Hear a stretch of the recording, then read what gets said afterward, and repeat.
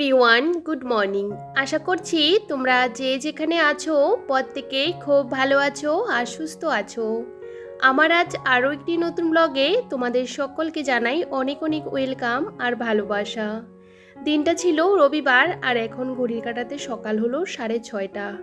দেখতে পাচ্ছ কত সকাল সকাল রোদ উঠে পড়েছে। সকালবেলা ঘুম থেকে উঠে বাসে এসে কাজগুলো কমপ্লিট করে, আর কালকে যেহেতু আমরা একটু ঘুরতে গেছিলাম আর জামা কাপড়গুলো কিন্তু রাতেবেলা কেচে দেওয়া হয়েছিল, সেগুলো বারান্দাতে ছড়িয়ে দেওয়া হয়েছিল, ভালো করে শুকায়নি, তো এখন একটু বাইরে দিয়ে দিয়েছি। সকাল থেকে এত রোদ উঠেছে, আসলে কি বলতো, এই গরমের মধ্যে কাজ করা অনেকটাই কষ্ট। তবে চেষ্টা করি সকাল সকাল ঘুম থেকে উঠে প্রথমে ওই যে রান্নাঘরে ঢুকে রান্নাবান্নাগুলো কমপ্লিট করে নিতে, কারণ জানো তো রান্নাঘরে এতটা গরম আমাদের কিছু বলার নেই। মানে রান্নাঘরে ঢুকলে মনে হয় আগুনের গোলার মধ্যে ঢুকে পড়েছি। যেহেতু গরমকাল আর সেহেতু আমি মনে করি সকালবেলা উঠে পড়ে সমস্ত কাজগুলো করে নিলে বেশ ভালো লাগে। আমরা বেশিরভাগ গৃহিণীরা ঘরের কাজ সারাদিন করার পরও যেন কাজ শেষ হতে চায় না। সত্যি কথা বলতে সকাল থেকে প্ল্যান করে চলি, আবার কখনো কখনো আগের দিনও প্ল্যান করে রাখি যে কিভাবে আমরা স্টেপ বাই স্টেপ কাজগুলো করব।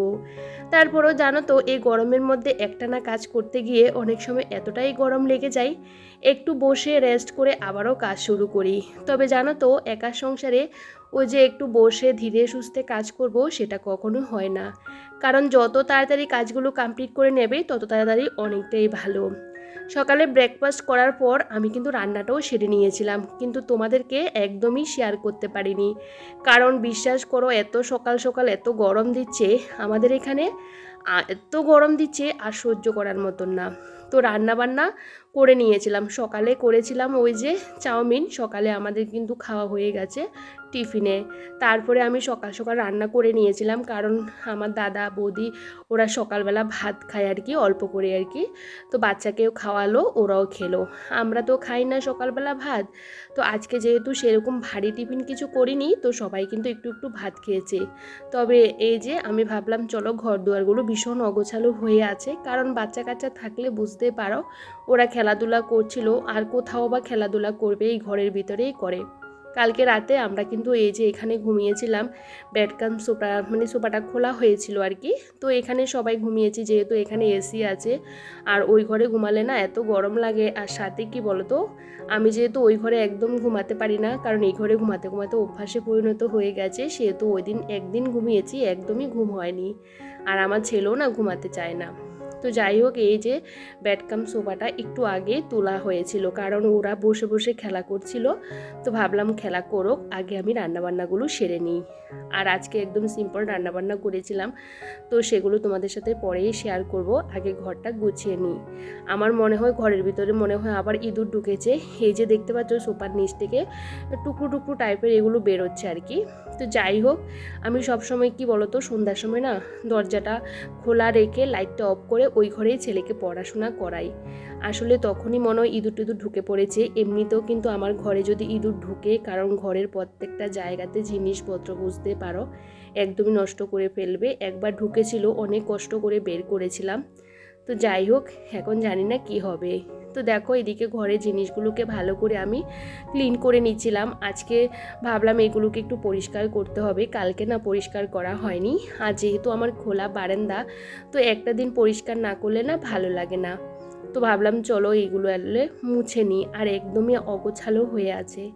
আর অগোছালোভাবে রাখতে না আমি একদমই পছন্দ করি না, সবসময় চেষ্টা করি প্রত্যেকটা জায়গা জিনিস জায়গাতে গুছিয়ে রাখতে। যেহেতু আমি সবসময় একা থাকি, কেউ আসলে মানে একটু অগোছালো হয়ে যায়।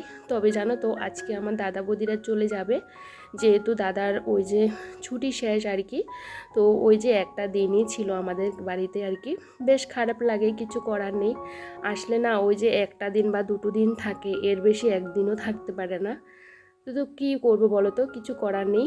দাদা বাড়িতে 1 মাস ছিল, তো এখন আবার চলে যাচ্ছে, যেহেতু নতুন কোয়ার্টার, তার মধ্যে ওগুলো পরিষ্কার পরিচ্ছন্ন করতে হবে। ভেবেছিলাম আরেকটা দিন রেখে দেব, কিন্তু কিছু করার নেই, যেহেতু টিকিট কেটে নিয়েছে।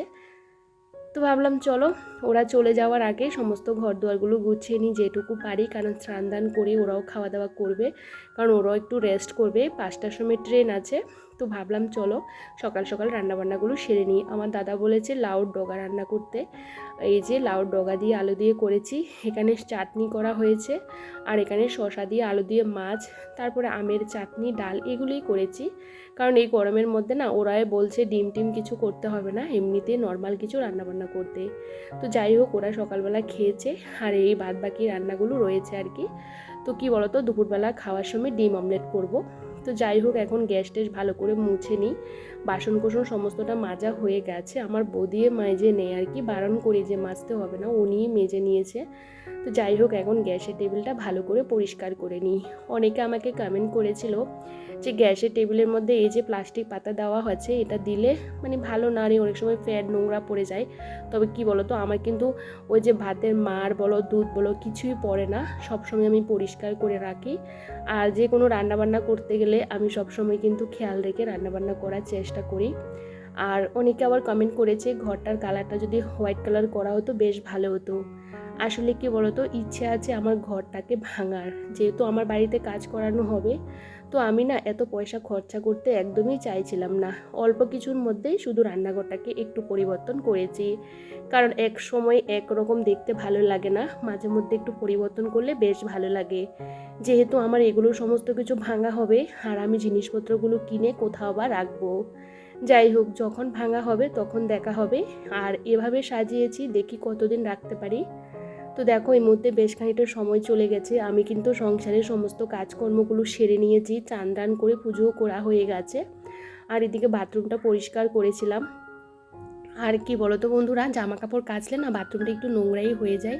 তো আজকে দুটো দিন কাঁচা ধোয়াগুলো হচ্ছিল। আসলে অনেক কাজে কিন্তু আমাকে একা হাতেই সামলাতে হয়, যেহেতু একার সংসার বুঝতে পারো, সমস্ত কাজগুলো নিজেকে সামলাতে হয়। তার মধ্যে যদি বাড়িতে লোকজন থাকে, সেহেতু ক্যামেরা নিয়ে ছোটাছুটি করলে না তখন কাজগুলো করতে অনেকটা দেরি হয়ে যায়। তো সেহেতু আমি কিন্তু অফ ক্যামেরায় অনেক কাজকর্মই সেরে নিয়েছি। এইদিকে দেখো, সবাই ঘুম থেকে উঠে পড়েছে, ওরা তো চলে যাবে। তো বলছি সবাইকে ভাত খেয়ে নিতে। আর আমার দাদা ছেলে দেখছো, আমি যে আর্টিফিশিয়াল গাছগুলোর নিচে ওই যে পাথর দিয়েছিলাম, সমস্ত পাথরগুলোকে কালকেও ফেলে দিয়েছে, আর আজকেও সমস্ত পাথরগুলো নিয়ে নিয়েছে, ও খেলা করছিল। ভীষণ ভালো লাগছিল, অনেক দিন পর দেখা হলো, আবারও এই যে চলে যাচ্ছে। আর এদিকে দেখো, আমার দাদার ছেলের জন্য আমি নিয়েছিলাম ড্রেস, যেহেতু ও আমাদের বাড়িতে প্রথমবার এসে, তবে আমি ওকে কিন্তু ড্রেস ট্রেস দেওয়া হয়েছে, আরও দিয়েছি আর কি যখন গেছিলাম। তবে যেহেতু আমাদের বাড়িতে প্রথম এসে ওকে তো কিছু দিতেই হবে। তো আমার বর তো বাড়িতে নেই, তবে আমি নিজের মতন করে যেটুকু পেরেছি ওকে দেওয়ার চেষ্টা করছি। আর এই যে এই ড্রেসটা আমি ওর জন্য নিয়ে এসেছি, ড্রেসটা ভীষণ সুন্দর আর ভীষণ কিউট। আর দেখো এই যে ড্রেসটার সাথে এই প্যান্টটা, তো দেখো ড্রেসটা কিন্তু আমার বেশ ভালো লেগেছে। তো বৌদির জন্য একটা নাইটি নিলাম, আর দাদার জন্য একটা গেঞ্জি নিলাম, কারণ ওদেরকেও দিয়েছি, কিন্তু কি বলতো তারপরেও ইচ্ছে করে দিতে। তো যাই হোক, ওই যে কম প্রাইজের মধ্যে বৌদি আর দাদাকে দিলাম। তো যাই হোক, ওরা কিন্তু বেরিয়ে পড়েছে, আর আমার ছেলে কিন্তু ঘুম থেকে উঠে পড়েছে, আর উঠে বায়না করছে ও যাবে, বলছে আমাকে রেডি হতে। আসলে কি বলতো, এখন বাজে ঘড়ির কাঁটাতে 3টে, ভেবেছিলাম ওরা 3:30 বেরোবে। তো বলছে একটু আগে আগে বেরিয়ে যাই, কারণ কি বলতো 5টার সময় ট্রেন আছে, আর যেহেতু এখন জ্যাম থাকবে সে কারণে একটু আগে আগে বেরিয়ে গেছে, শিয়ালদার থেকে উঠবে। তো যাই হোক, সবাই এখন চলে যাচ্ছে, আবার একা হয়ে গেলাম। তো ভীষণ খারাপ লাগে জানো তো, তো কিছু করার নেই, যেতে তো হবে। তো ভেবেছিলাম বাড়ির থেকে খাবার দাবার বানিয়ে দেব, কিন্তু ওদের দিতে হয়নি, যেহেতু ওরা ট্রেনের মধ্যে সমস্ত কিছুই পাবে। যেহেতু আমার দাদা একজন আর্মি ইন্ডিয়ান, বুঝতে পারো, দুরন্ত ট্রেন বা মানে রাজধানীর এগুলোতে গেলে না ওদেরকে খাবার দেওয়া হয় আর কি। তো ভাইয়ের ছেলের জন্য অল্প করে খাবার দিয়েছি আর কি। তো যাই হোক, ছেলে তো কান্না করছে, কিছুতে বাড়ি আসবে না, ভীষণ কান্নাকাটি। তো ভীষণ কান্নাকাটি করছিল, কিছুতেও ঘুমাবে না, কিছু করবে না।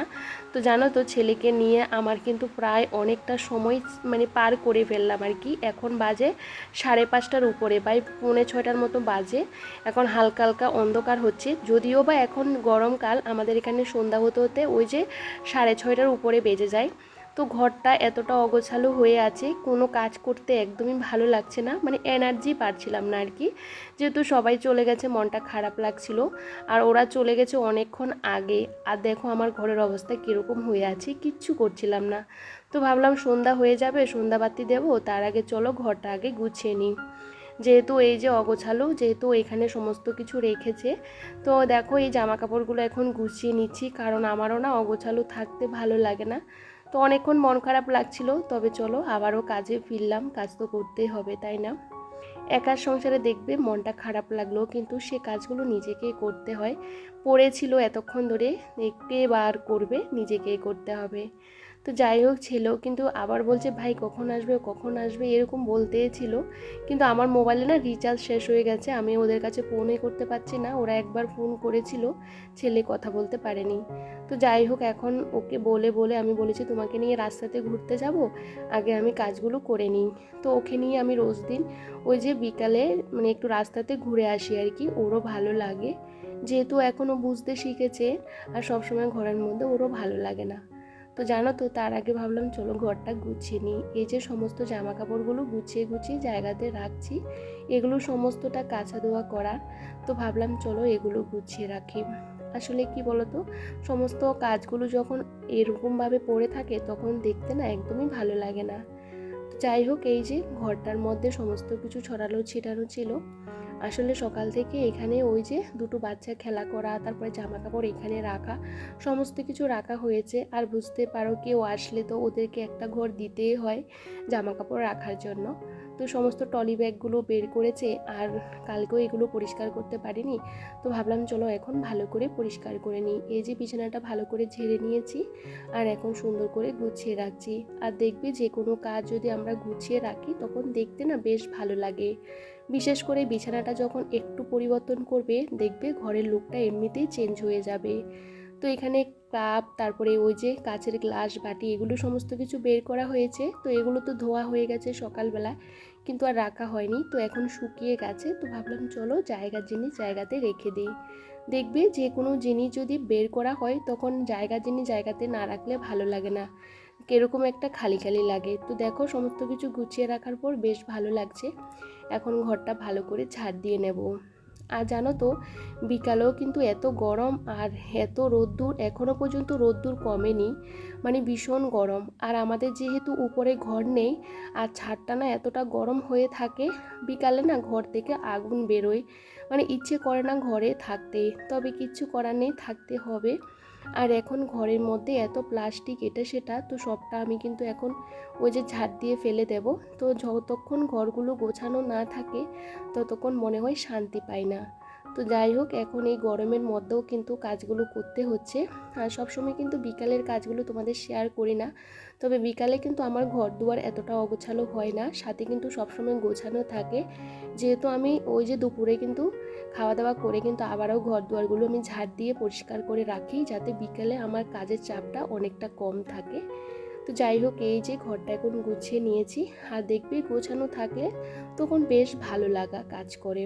তো এই যে আমি এখন ভালো করে ঝাড় দিয়ে নেব। আর প্রত্যেকটা ঘর কিন্তু আমি গুছিয়ে নিয়েছি, সেটা তোমাদের সাথে শেয়ার করিনি। তবে ছেলেকে নিয়ে তো একটু বেরিয়েছিলাম রাস্তাতে, তখন এই যে ছেলের জন্য মোমো নিয়ে আসলাম। আমাদের বাড়ির সামনে মোমো পাওয়া যায়, তবে কখনো খাই না, তবে আজকে নিয়ে আসলাম। তবে চলো আগে আমি খাই, তারপরে ছেলেকে দেব, কারণ সবটা ছেলে খেতে পারবো না। তবে চলো আজকের ব্লগটা এখানেই শেষ করছি। সবাই ভালো থেকো।